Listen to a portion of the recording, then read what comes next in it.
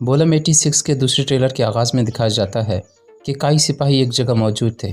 इसी दौरान वहां पर एक बहुत बड़ा धमाका हो जाता है, जिसके बाद कुछ नकाबपोशों को दिखाया जाता है।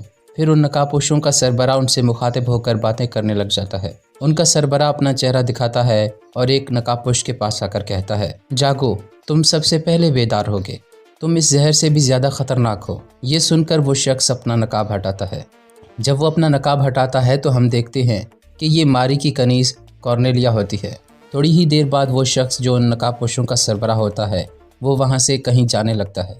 फिर दिखाया जाता है कि तुर्गुत मारी को उठाकर कुमराल अब्दाल की तरफ दौड़ता हुआ जा रहा था और कॉर्नेलिया भी उसके साथ थी। मारी के मुंह से मुसलसल खून बह रहा था।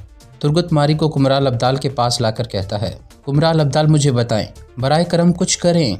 ये सुनकर कुमराल अब्दाल कहते हैं, अब मैं कुछ नहीं कर सकता तुर्गुत साहब। ये सुनकर तुर्गुत एक चीख मारता है और रोने लग जाता है। थोड़ी ही देर बाद कौसैस और तुर्गुत को मारी के पास दिखाया जाता है। कौसैस कह रहा था, क्या जहर कुंदूज साहब के खेमे से बरामद नहीं हुआ?